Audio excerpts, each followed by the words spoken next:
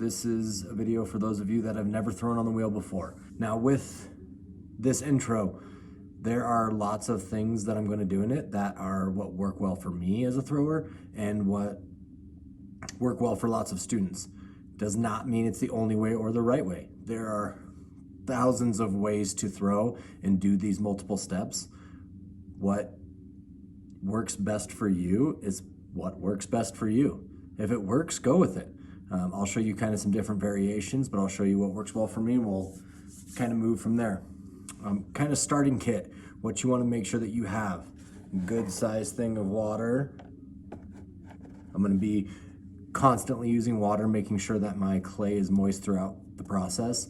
I want to have good sponge, metal rib, wooden rib, wooden tool. That's kind of your starter kit, your basics.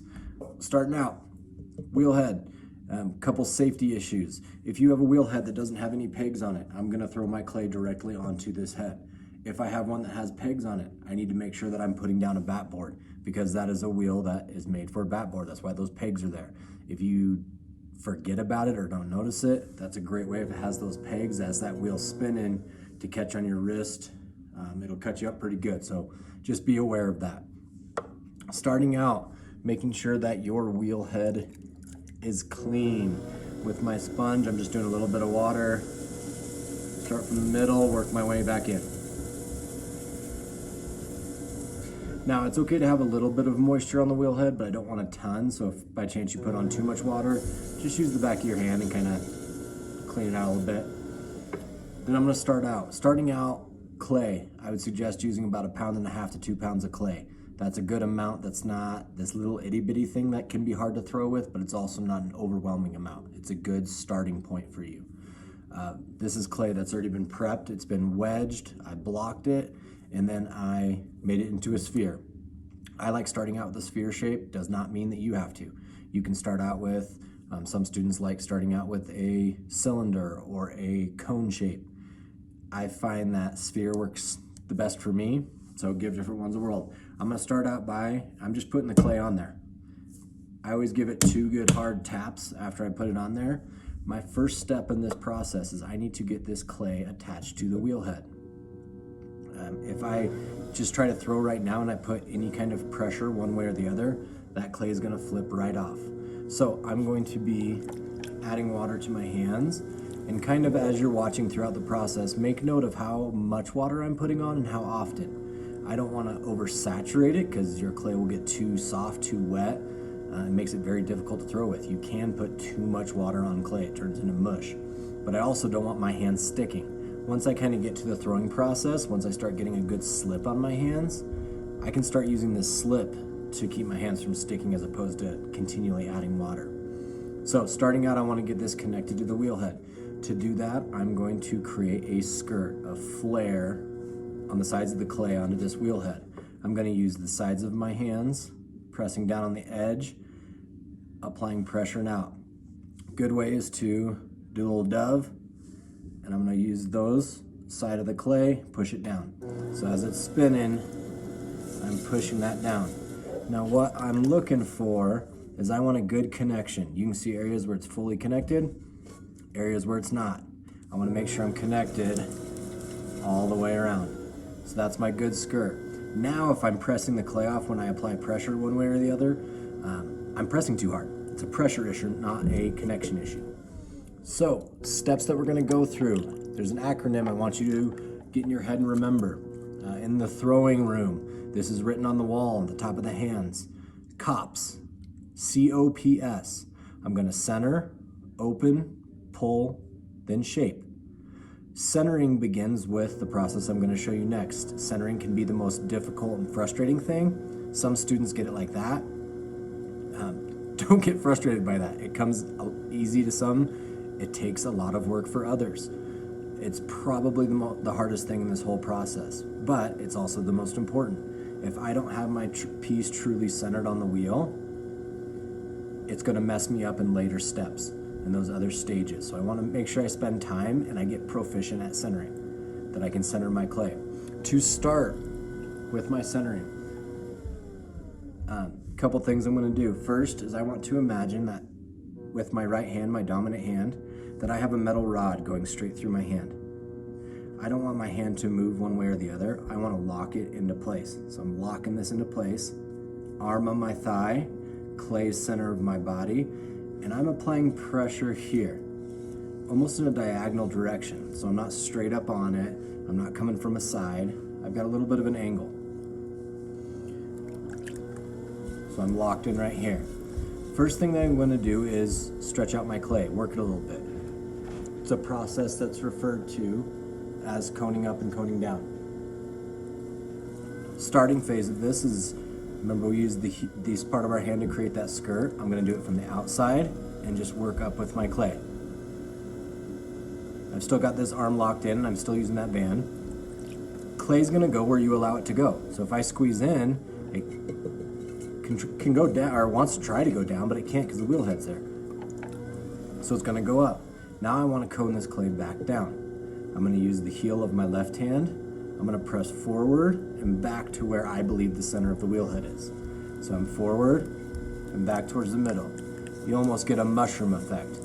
What I'm doing here is getting the clay particles loosened up, warmed up. Think about it as stretching before an activity. So again, coning up, I'm squeezing at the sides, working my way up.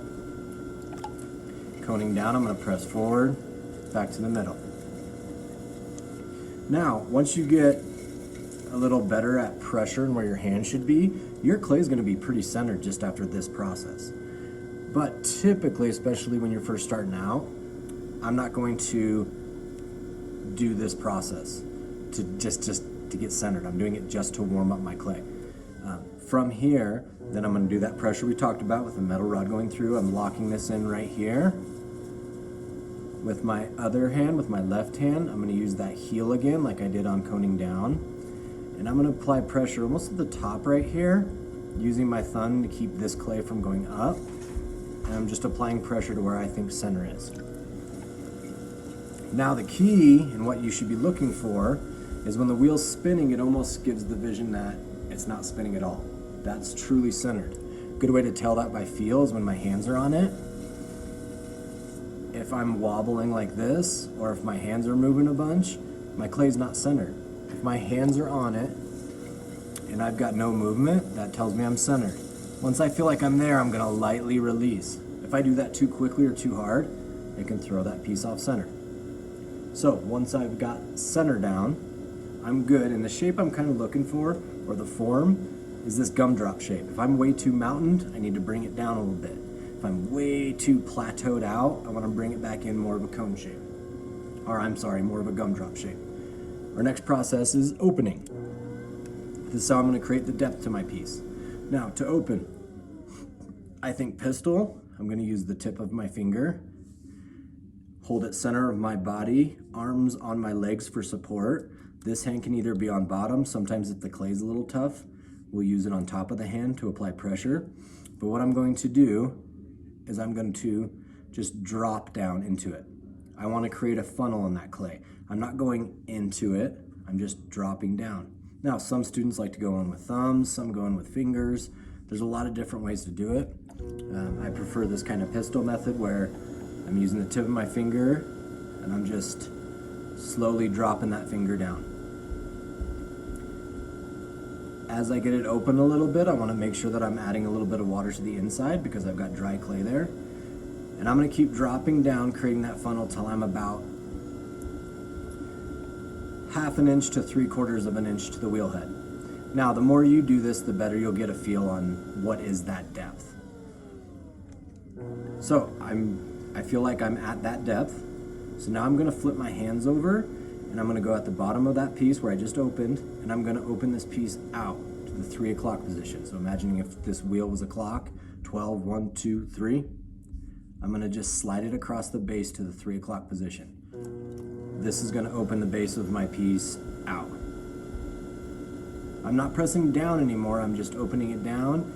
And I know it's a little tough to see on this video, but I'm going to come back in to kind of help compress that bottom so I don't have to worry about any cracks in my base through the firing or drying process. Sometimes you'll get, and you can see on mine, and I get this every time, it's just something with my hands. I get this little bevel or little lip right here. I'm gonna do a process that's called compressing the rim. I'm gonna lightly pinch, just drop my finger down, and that gets rid of that. So that's it for opening. Now think back to our acronym, COPS. We've done C, center, O, open. Now we're on P, pull. Good way to think about this is I'm going to displace clay. I want to displace this clay up. My goal on pulling, especially just started, is I want to be able to pull consistently a cylinder. If you can consistently center and consistently pull a cylinder, you're gonna be spot on. Those things from there, you can create all sorts of things that you can imagine and think of. So to pull, again, this is another part of the process that a lot of students do differently. Some do it from this side, some do it from here, some do it from this side. Reason I don't like doing it from this side is because this is where the clay is turning into. If my fingers catch, it's gonna keep ramming clay into that catch, ruin my piece. Whereas I like to do it on this side, so if I do accidentally catch, at least it's spinning off of where I'm applying pressure. Again, play around with what works for you. To say I do it on this side, I've had plenty of AP, very amazing throwing AP students do it from this side and they do just fine. So do what works for you. Where I'm going to be, what I'm pressing with, kind of think back to pinch method, where we would pinch at the base and force the clay to go up. Similar process to what I'm doing with pulling. Now I'm only going to pinch at the base and pull and work my way up.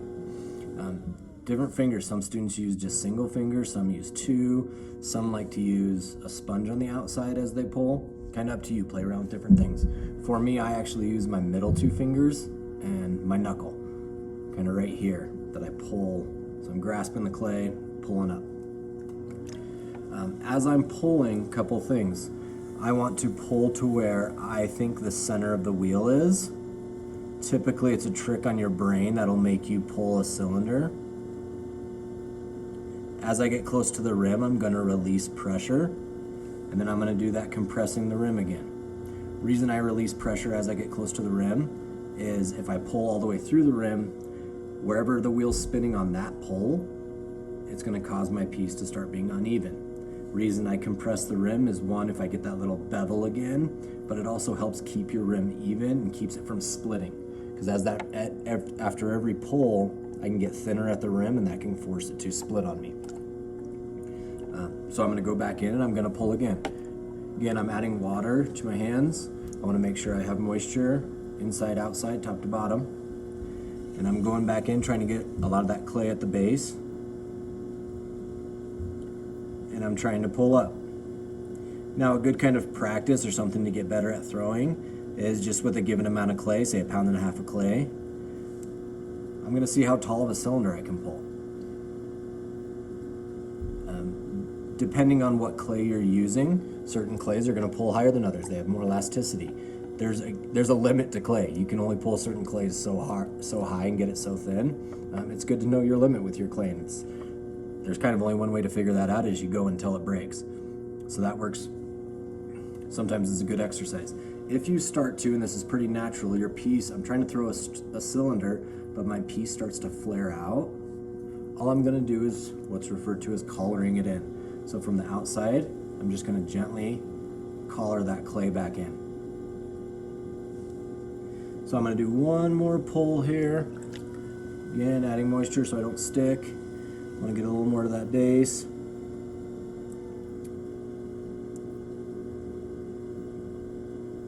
I've gotten it pretty thin now. I don't think I can really go a lot further. I'm gonna compress the rim. I'm gonna go ahead and collar this in just a little bit. Get myself more cylindrical. This is a good stage where I can switch over to my metal rib and I can do a pull. I'm just doing light pressure on the outside with the rib and light pressure on the inside, pulling that up a little bit. This will get me a little more height out of that pull. Also kind of clean things up, make it a little more cylindrical. And we're good. If you've got a ton of water on the inside, this would be when I'd go with the sponge and clean up the inside of that piece. I'm just kind of holding it down there, wringing out that sponge. So I'm to pull. That's my pulling piece. Now we're to that last letter in that acronym, S, shape. This is where you customize your piece. I don't want to turn in just a cylinder. Let's say, for instance, I want to do a vase that goes out, comes in, and then goes back out. I can do that from this cylinder. From the cylinder, I'm going to go from the inside, and I'm just going to do light pressure where I want that bevel to start coming out. Kind of keep an eye on this spot. You can see it popping out. And then I wanted to come back in. So just from the outside, like we collared before, but I'm just going to do it with fingers now. Oh, I'm going to add a little bit more water because I feel it kind of dry there after I use that wooden rib. I'm just going to slightly pinch to bring it in a little bit.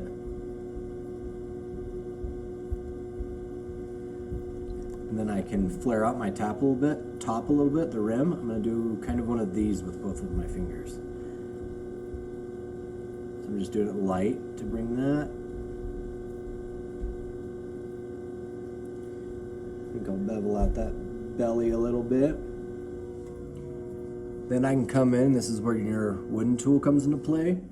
I'm going to use the angle of my wooden tool, and I'm going to show you here because you can't see the back where I'm going to go in at, but I'm going to come in just on the edge and create a bevel, get rid of that skirt that was on the bottom. Then I'm just going to flip my wooden tool over and scrape off that skirt. It's kind of that nice little finishing touch. This is also when I can come in and let's say I want to add a little decorative band to it. I got a different shaped wooden tool. Then I'm going to come in and just add a couple little bands to it. Maybe I'll do one up here. So this is when I play around and customize my piece. This is when I make it my own during that shape stage. If at one of these stages, especially when you're first starting and playing with the wheel, playing with the speed, you're gonna have to go different speeds. As I start to pull and as I shape, because of centrifugal force in the wheel, my clay's wanting to go away from it. It's wanting to throw it and collapse it and break it apart. If you're going too fast, it's gonna happen. If you get to that shape, let me get you back to a cylinder. So let's say my goal for this piece was just I wanted to see how tall I could get with my cylinder. And I get going, I'm only gonna get to a certain height. You can see it starting to do the death wobble. And I get, don't sweat it. Yes, this is gonna be a piece where I need to go re-wedge, start from the beginning again. But before you do that, play around with this piece. Can I get this piece into something? Can I make a bowl from it? Can I get this piece back into a cylinder that I pull up? How I began to get comfortable with the wheel was by doing this process, by messing around with it. Can I shape this? How much can I push my clay? How much can I change it? Once you begin to get comfortable, you can do a lot of really neat stuff. So what I want to do real quick is I'm going to pop this piece off. I want to go through the steps real quick with you again. If I'm throwing multiple pieces, I don't need to start too crazy fresh with this. If I have a bunch of gunk on here and I want to clean it off, I can go for it. Otherwise, I got a new ball. Remember, we're doing 2 hard pats. Our first thing is we need to create that skirt or that flare. We're doing the dove, using the sides of my hands to press it down. Then remember our acronym, COPS. Center, open, pull, shape. Starting process of centering is my cone up and cone down. To cone up, I'm using the sides of my hands, pressing in, work myself up that clay. Then to cone down, I'm going to go forward and back to the middle. Forward, back to the middle. Do it again, cone up, bring it back down. Then my pressure for centering. I'm locked into my leg. I've got that metal rod going through my hand. I'm keeping that locked in there. This hand, my left hand, I'm using the heel of my hand pressure right there, using my thumb to make sure I don't get any little knob popping up here.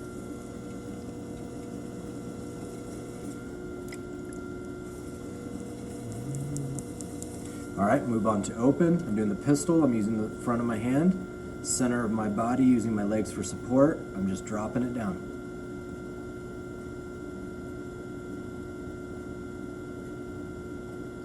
Remember, I'm going for a funnel. I'm not going in, I'm just dropping down. Once I'm about an inch from the wheel head, I'm flipping my hands over and I'm opening out to the 3 o'clock position. Anytime I feel any kind of subtle stickiness, I want to open that up, come back to the middle, compress that bottom, kind of go in and out. If you get your little lip like I always get, compress the rim, slightly pinching, drop that finger down. Now I'm on to pull. I'm going to go from the side, think back to pinch method, where I'm going to pinch, make my clay go up. As it begins to go up, I'm going to work my way up with it. Key on this stage, besides breathing, make sure you breathe, slow and steady.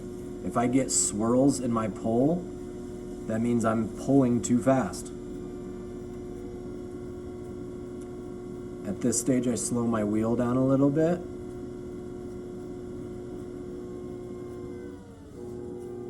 If I get flared out, I'm going to collar it in. Going to do another pull. Remember, we're trying to get a cylinder. So I'm going nice and slow, steady. As I get close to that rim, I want to release pressure. Nice and gently, and then I'm compressing that rim again. If I need to collar in, I can collar in. Now's not a bad stage to work with that metal rib like we talked about. I'm gonna go, or the wooden rim, my apologies. I'm gonna go on the outside, and I'm just doing a pull with my rib now.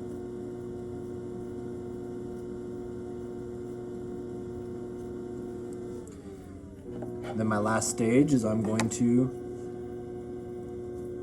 shape. This is where I'm going to customize. Good way to always start with customizing is using that wooden tool, getting rid of that skirt, flip it over and scrape off that excess stuff.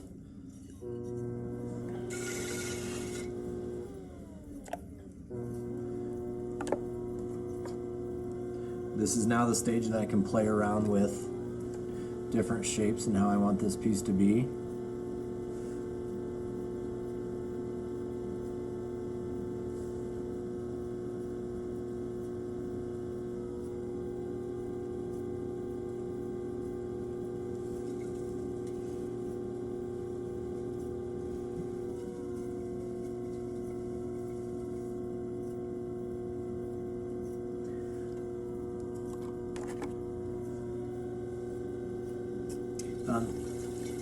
Play around with different tools. This is where you can start to have fun with things. Add different textures, create different forms. Play, make it custom. Try something new, try something different, something that's going to push you. The way you get better at this is failing. You are going to fail so many times doing this. You can't get frustrated. You just got to keep at it. The more you do it, the better you get. If something's not working, you're getting extremely frustrated, try something different. Try pulling with different hands. Try pulling from a different side. If the centering that I showed you is not working, look up a different video and see, how does this work? Does this work better? Does it do anything different? I constantly am watching different videos and learning from different potters of different ways that they can go about throwing a piece, or maybe they have a different trick of what they can do. That's how you learn, that's how you improve, that's how you get better at stuff. At the stage that you get to the point where, hey, I like what I'm seeing, this is, excuse me, this would be the stage in which I would heat gun for a little bit, no more than a minute. I'm just trying to dry up my form a little bit. A good idea with a cylinder is I would put a small piece of paper just on the rim. That helps keep the form for the piece. Then I would come with my wire that I'm gonna press at the base and just pull through. I'd come with my pot lifters, which in the throwing room are located on top of the paper towel dispenser. I'm going to go underneath the piece, making sure I keep flat and don't press because I don't want to gouge. I'm going to go flat, twist, and lift up. So I'm flat until I feel like I'm under it. I'm going to twist, and I've got my piece. I can set it onto my bat board. I can throw another one. I'm ready to move on.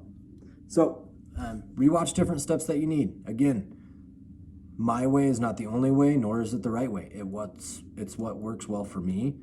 It's what I can do consistently. I can throw hundreds of different forms and different things that I want to do. It makes it fun and entertaining. Much of what I like to do is I start with a form here, then I go to hand building. Then I add handles, then I add texture, then I add design work, then I do carving.